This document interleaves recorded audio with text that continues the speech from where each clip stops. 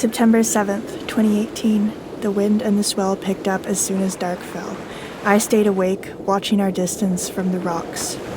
At 2 a.m., the sea calmed down a bit. I went to sleep, but I kept the GPS on next to me, watching our position. The anchor held fast. In the morning, we left to begin our crossing to Barcelona. Not the best beginning before a crossing where you should be fresh, but yeah. We discovered this amazing place yesterday and it was really worth it, but that's the drawback of going into rocky hidey holes like this with 20-meter depth. But yeah, anchored it perfectly. We're in the exact same spot. We used a lot of rope. The wind direction stayed the same, so we are exactly in the same spot again. But when it is dark, and it was way beer than now, then yeah, you need to make sure those things are that way. Whee!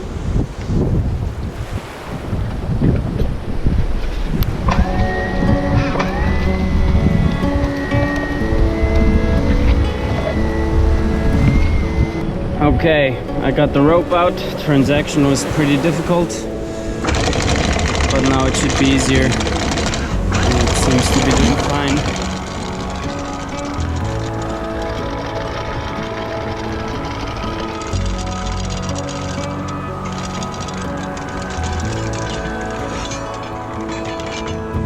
Here we go.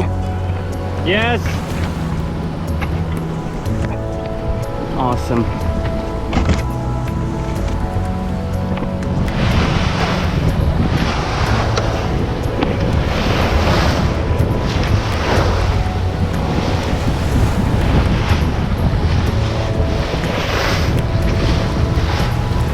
Lots of wind to sail with in the morning. With a reefed main and a partially furled Genoa, we sometimes got up to 6 knots running downwind.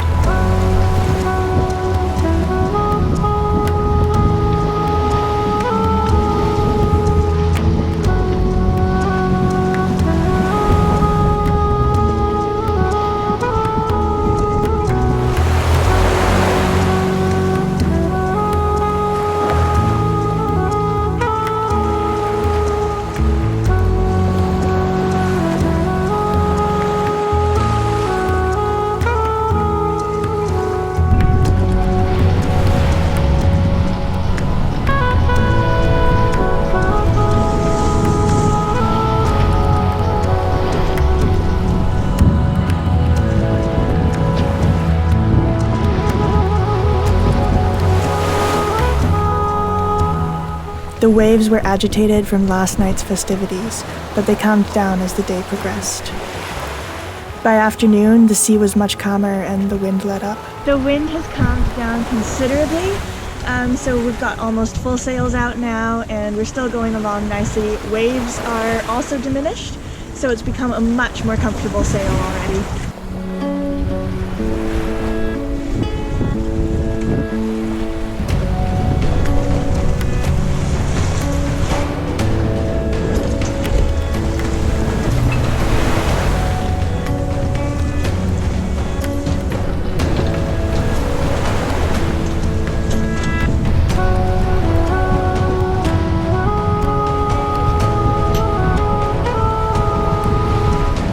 The wind continued to shift until it came from directly behind us. Aladino just set the sails up wing on wing, which means we're going straight downwind now. Very little wind still, so we're not going super fast. Maybe 3 knots, 4 knots, 3 to 4 knots. But wing on wing is such a beautiful sail combination. It's the most aesthetically pleasing in my opinion, though it is very difficult to steer because you have to really stay straight on course. And if waves come and roll you, then there can be wind coming behind the sails. It's kind of a trickier one, but we're going to try it out for a little bit.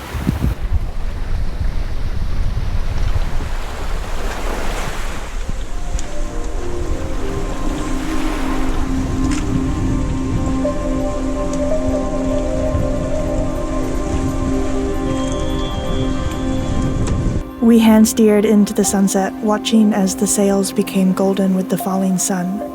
A beautiful sight, but I always feel a bit melancholy when the sun disappears out at sea. Just because it sleeps doesn't mean we will. The boat always has to sail on.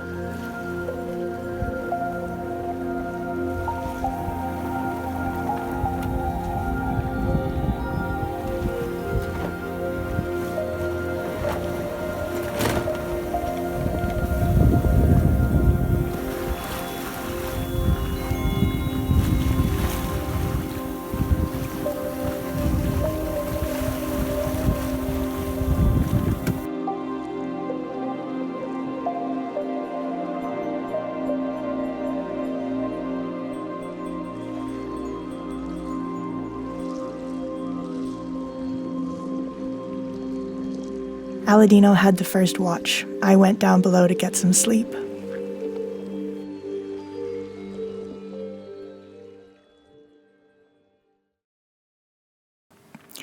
Aladino woke me up at midnight. "There's lightning ahead," he said. I jumped up to go have a look.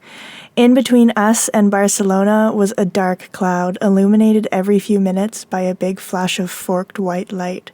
We were heading straight towards it. It is 1 a.m. and we're about 40 nautical miles out from Barcelona. Pretty dark out here, although there are some stars.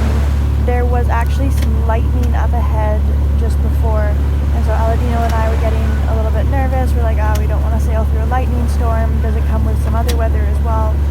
So I pulled out my trusty Annapolis book to read all about lightning, and now I've gotten down a wormhole of reading about all kinds of heavy weather. So some good reading. Annapolis has everything in it. I've never once in my life worried about getting hit by lightning. The chances seemed too unlikely, but in that moment, I was afraid. Our tall aluminum mast stuck high into the electrically charged air.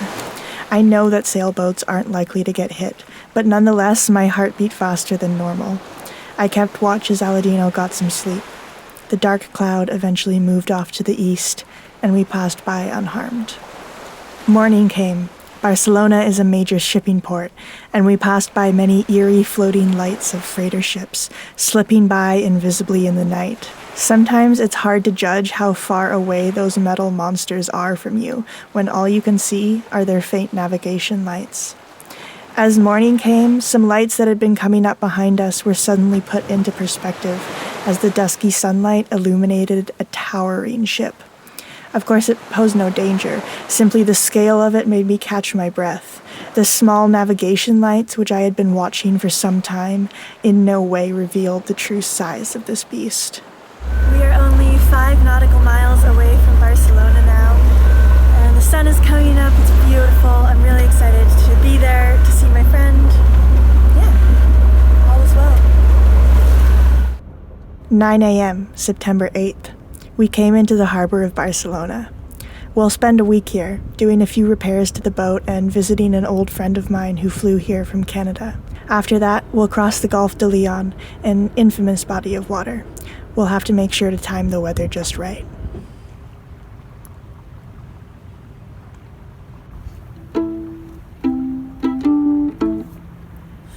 We were sailing in the moonlight. We were drifting through the quiet night. It seemed like everything was alright. But then we saw a lightning strike in the moonlight. We were heading straight towards it. We'd be there in just a little bit. And so we looked right at each other and said, well, shit. We know the boat's not grounded, and our fear is not unfounded. That a lightning strike could end us and effectively send us into a little rubber life raft at sea. So we came up with a plan. We used the tools at hand, and where the mast stands, we attached a wire which ran straight into the sea below, which is our ground where we will stow the excess electricity from a lightning strike hitting me. And to the end of that wire rope we attached a wrench which we hoped would diffuse the great big lightning strike back to the water, and we'd be alright.